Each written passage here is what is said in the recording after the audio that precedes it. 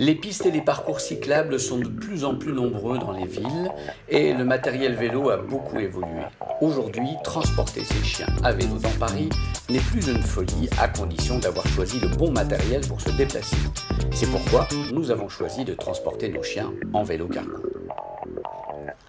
Aujourd'hui, nous allons vous dire ce que nous avons pensé d'un vélo cargo que nous utilisons chaque jour, le vélo cargo Niola Dog avec assistance électrique Huntsman.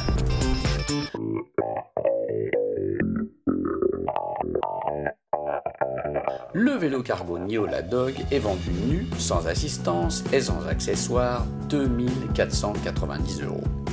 Pour ce prix-là, vous aurez une porte en aluminium qui s'ouvre à l'avant pour faire rentrer vos chiens dedans. Cette porte est tenue par un caoutchouc qui, sachez-le, ne va pas tenir le coup. La nacelle est composée d'un cadre en acier et d'un pourtour en plastique assez résistant.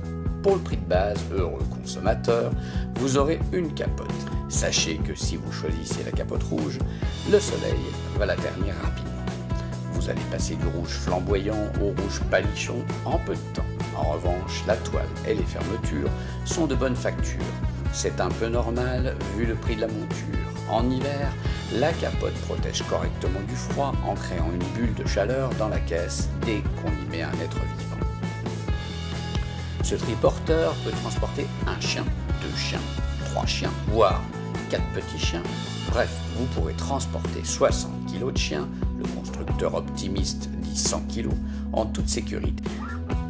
Si vous mettez autant de chiens dans le triporteur, vous allez regretter de ne pas avoir un moteur, sauf si vous habitez dans un pays où il n'y a que du plat ou des descentes.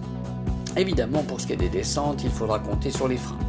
Le Niola a 2 freins à tambour à l'avant, plutôt efficaces, qu'on peut régler relativement facilement, et 2 patins V-Brake à l'arrière qui ne sont pas vraiment dignes d'un engin qui doit transporter des charges lourdes. Autant vous dire que vous n'avez pas fini de changer les patins de frein à l'arrière. À moins de vous appeler Schwarzenegger, si vous habitez dans un pays où il y a des montées, il faudra une assistance électrique. Vous n'allez pas y couper. Et l'addition va grimper. Il faudra 2 390 € supplémentaires, soit 4 880 € pour le tout. Le constructeur nous a proposé une assistance Huntsman composée d'un kit électrique de 150 watts, batterie lithium-ion de 36 volts, 9 ampères. Selon lui, elle permet une autonomie de 40 à 50 km en moyenne. C'est vrai, si vous utilisez votre batterie avec modération. Il y a 6 niveaux de puissance. Si vous utilisez le mode Power au guidon, avec le vélo cargo chargé, vous irez vite, mais pas loin. Ce n'est vrai également que si vous utilisez une batterie neuve. Au bout de quelques mois d'utilisation quotidienne, cette petite merveille se déchargera beaucoup plus rapidement. Huntsman a beau être un fabricant allemand, la durée de vie de son produit n'est pas extraordinaire pour autant.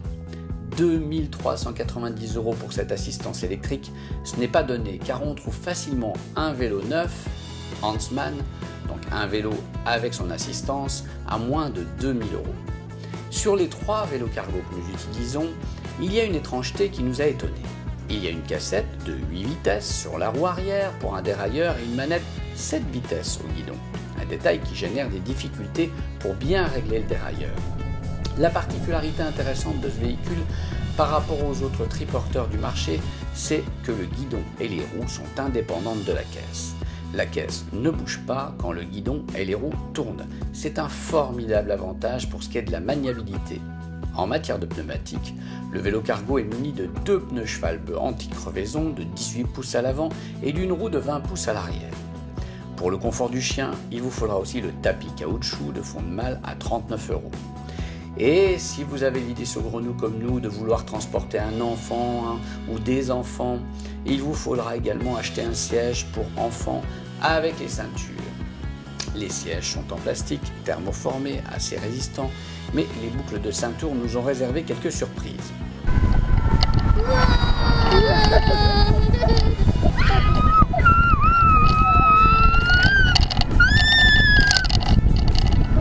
En matière d'éclairage, le Niola fait le service minimum. Avec les petites lumières fournies par le constructeur, vous pourrez être vu, mais pas question de chercher à voir quelque chose avec ces loupiottes toutes petiottes. Autre détail exaspérant, si vous déraillez, pas question de défaire le carter qui protège la chaîne. Il est riveté. à moins évidemment que vous ayez une rifteuse dans la poche. Un des formidables avantages de ce triporteur, c'est son look. En France, avec un Niola, vous ne passerez pas inaperçu, tout du moins pour le moment, car au Danemark, d'où il est originaire, les triporteurs sont aussi courants qu'une nuée de 4x4 devant les portes d'une école de Neuilly. Qu'ils soient riches ou pauvres, cela fait bien longtemps que les Danois ont compris que se déplacer en Niola dans une ville, c'est bien plus facile. Donc le bilan, c'est un vélo avec une super maniabilité, avec un look vraiment super. On peut passer partout, c'est vraiment génial.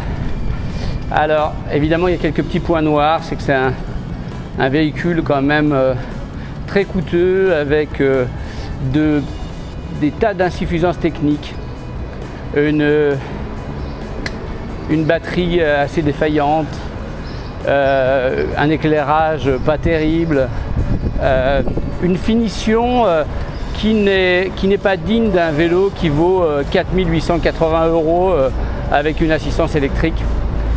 Donc chez Niola, il y a encore du travail à faire pour faire un vélo de super qualité.